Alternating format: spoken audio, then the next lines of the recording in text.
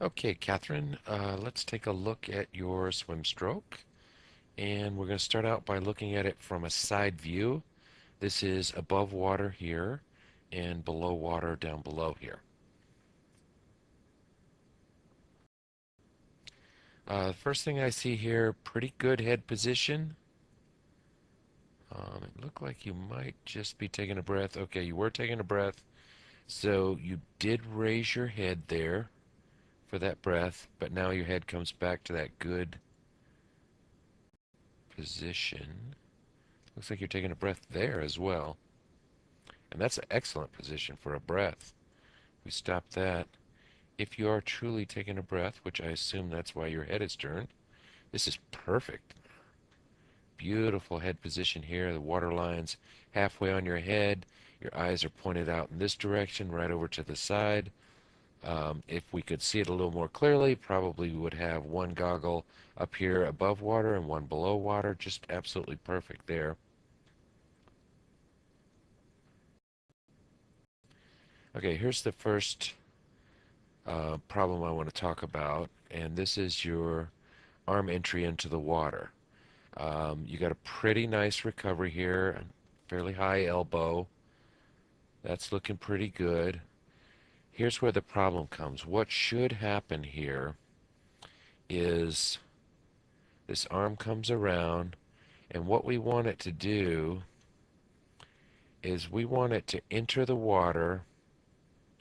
Let me actually, so here's a line and a bisecting your body. We want that hand to enter the water about 6 inches in front of your head, somewhere in here, just to the side of that line that bisects your body. And we want to see the hand enter the water first. So the fingertips will punch a hole in the water. The hand follows, the wrist follows that, then the forearm follows that, then the elbow, and then the upper arm. So they all go through this one little hole that you're going to punch into the water. What we're going to see happen here with your entry is that arm's going to reach out in front of you until it's almost completely extended, and then it's going to go down in the water. So we see that what's hitting the water first is your upper arm, elbow, and your wrist, and your hands actually the last part to enter the water. So this is the reverse of what we want to see. And the reason being, and we'll see it a little more clearly in a bit, whenever you hang an object above water out in front of you like this, what has to happen is your feet want to sink. If this arm is up above water up here, what happens down here is your lower body wants to sink in the water. So we want to get that hand into the water and then extend underneath the water.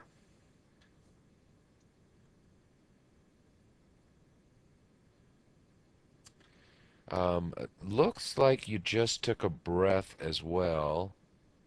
So here we've got a good head position. Looks like you're taking a breath to the side, and you can see that head lift up. So when you're breathing to the left side, it looks like you're lifting more than you did when you were breathing to that right side. I think you're breathing there. Yes. You see the whole top of your head. Wow. So it looks to me like you turn your head to the left and then immediately turn your head back to the right. Um, that's something we don't want to do. You shouldn't need to breathe any more than every other time. So the most frequency you should need to breathe is like every time on the right hand side or every time you're on the left hand side, but not left and then right. Ideally, we'd want a bilateral breathe. So you would breathe on the left side, take 2 strokes, breathe on the right side, take 2 strokes, breathe on the left side, bilateral, both sides. Unlike that last time we saw a breath, this time we see Your head is pointed a little bit higher. We can see both goggles clearly out of the water, and we can see the entire top of your head up here. So you've lifted a little bit and you've over rotated just a little bit. Like to see that water line. Get back to get a line. Water line more like here, but just make it horizontal flat in the water, like we saw that first time. So a little bit of issue with the head. And once again, when the head lifts up like that, what happens is the body drops. So two things are causing your lower body to drop. One is the head lifting, and two is this arm extending out above water in front of you. Here you can see clearly the elbow is down in the water. Pretty much all of the arm is down in the water, and the wrist and hand are up above. That's the opposite of what we want. We want that hand to go in first.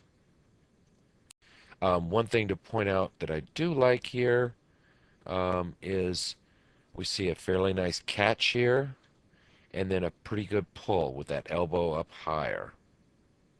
We'll see the same thing with this arm. Pretty good looking catch.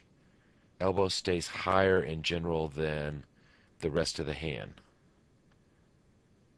Um, Here's something that we're going to see maybe a little bit better in a front view, but if you can tell here, your arm is crossed way over. If we back it up a little bit, let me back it up. Okay, and get rid of this.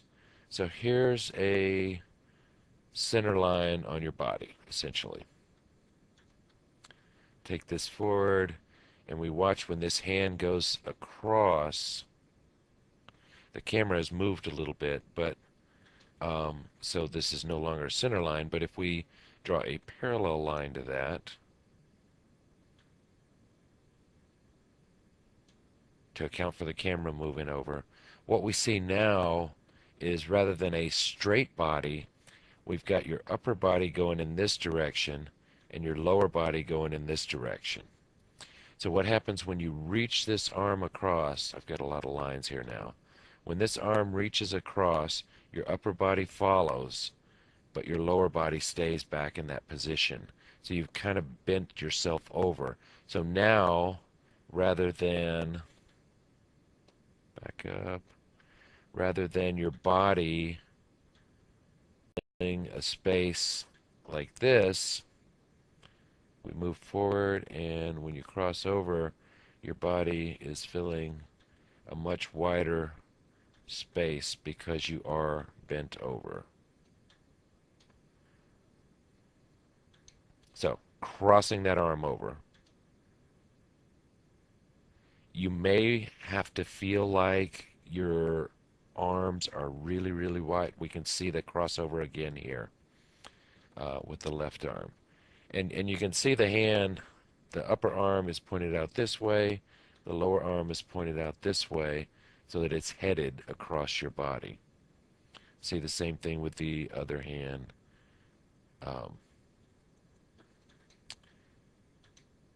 and as this arm crosses across, we can see that upper body, lower body bend in your body again. Once again, more resistance in the water, slowing you down. Here's a good view of the head coming up. Um, but once again, very nice pull below. You're getting good rotation here when you're breathing for sure.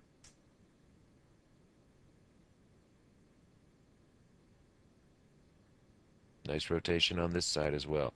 So very nice rotation. Here's the result of the, not the crossover as much, but of the arms extending out above water here and of the head being lifted. Here's the result. Look at your body. Wrong thing.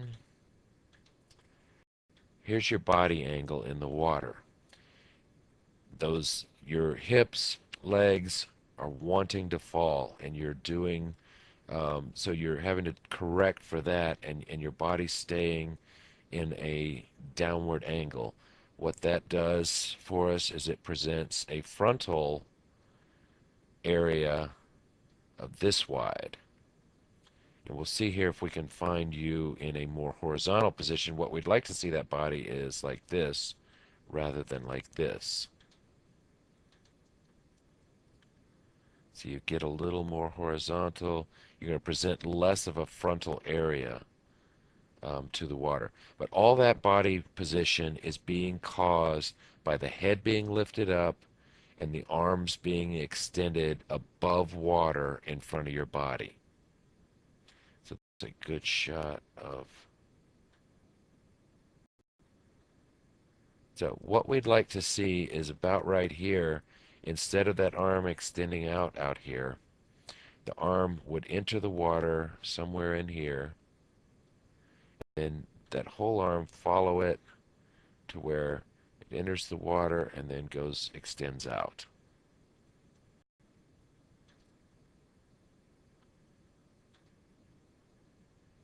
And that will definitely help you keep your body more horizontal in the water. We'd like to see these hips actually break the surface of the water up here rather than this downward angled position. And correcting that head and especially the arms, I think, in this case, because the head lifting is not super bad. Awesome head position right there. We can see right here, this is exactly what we want to see. The eyes looking down at the bottom and slightly forward. The neck in line with the spine. Unfortunately, at this point, the spine is at the wrong angle. We want to see the spine more at this angle. But still, the head position is perfect right here. Perfectly in line with your spine, looking down and slightly forward. Very nice. Nice flexion on the feet. Looks like you have fairly good flexibility. Looks like most of your kick is happening from the hips. Not a lot of knee bend, which is exactly what we want to see. You've got a very mild kick, which is also what we'd like to see in triathlon swimming. You're using your kick for rotation, which is what we want to see. You want to save those legs for the run. Here we can see that head over rotating and lifting up for the breath. Let me go back and see if you turned it. No, you didn't. Okay. So head lifts first. You can see it coming up out of the water and then over rotates. We can clearly see both of your goggles here. We can see the left-hand side of your head here up above water. If you look below water, almost your entire head is up out of the water. That really adds to and creates this downward position. So the top of the head should stay right down here in the water, and the head just simply rotate over to the side. We'd like to see, ideally, the water line look like that, where all of this is underwater and all of this is above water. You know, worst case, maybe just a little bit of that goggle, the bottom goggle out of the water, but for sure, all of this part of the head up under the water and that head more horizontal position. Really good things going on here with your pull, your kick, and then a couple of things you need to work on which will correct this body position and make you go a lot faster. And those are that head and the arms entering the water. And then one final thing that'll help in your um, resistance in the water is this crossover, which I'm sure we'll see in the front view.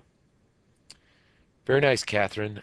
Just a couple little things to work on, and your swim stroke's going to improve pretty dramatically, and I think you'll be much happier with it as well. Great job.